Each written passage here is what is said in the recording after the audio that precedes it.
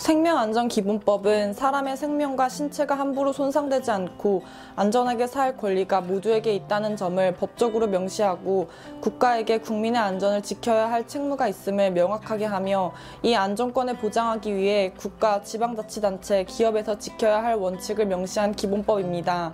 이 법안에 따르면 국가는 각종 정책 등을 수행할 때에 안전영향평가 제도에 따라 해당 정책이 안전에 미치는 영향을 평가하여 그 결과를 중요하게 고려하여야 합니다. 시민들이 재난과 사고의 예방 및 대처 방안을 수립하는 데 참여하도록 시민 모임을 구성하고 그 모임에 사고에 대한 정보에 접근할 수 있도록 권한을 부여하며 시민들이 역량을 발휘할 수 있도록 지원해야 합니다. 또한 국가, 지방자치단체, 기업은 안전에 대한 정보를 공개하여야 합니다. 안전사고 발생 가능성을 은폐하지 못하게 하며 모두가 위험에 대해 알 권리를 누려야 합니다. 국가는 사고가 나기 전에 사고에 취약한 장애인, 노인, 환자, 어린이, 여성, 외국인 노동자 등의 안전약자에게 경제적, 사회적, 문화적 약자의 특성을 고려하여 별도의 안전 관련 정보를 전달하고 지원 대책, 대피 계획을 마련하여야 합니다. 만약 사고가 발생하면 국가는 피해자의 권리를 보장해야 합니다. 안전권을 침해당한 이들이 피해를 회복할 수 있도록 적극적으로 힘써야 합니다.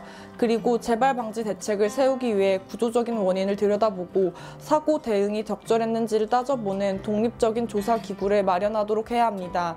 이 법안은 안전 관련 현행법과는 관점이 다릅니다. 재난 및 안전관리기본법 제9법 등 안전 관련 현행법은 정부와 지자체가 재난 상황을 어떻게 관리해야 할 것인지에 대한 관점에서 만들어진 법입니다.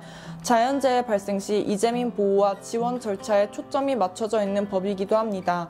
해당 현행법에는 사고 예방에 관한 부분, 안전에 대해 알 권리에 관한 부분, 국민의 안전할 권리에 관한 부분, 피해자의 권리에 관한 부분, 사고에 대한 독립적 조사에 관한 부분은 들어있지 않습니다.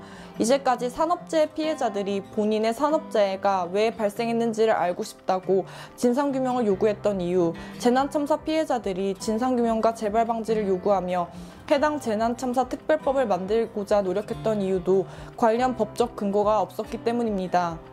생명안전기본법은 안전할 권리를 명시하며 국민과 피해자를 권리의 주체로, 국가를 국민의 안전을 보장해야 할 주체로 명확하게 하였다는 점에서 이전 법과는 큰 차이가 있습니다. 따라서 우리에게는 생명안전기본법이 필요합니다.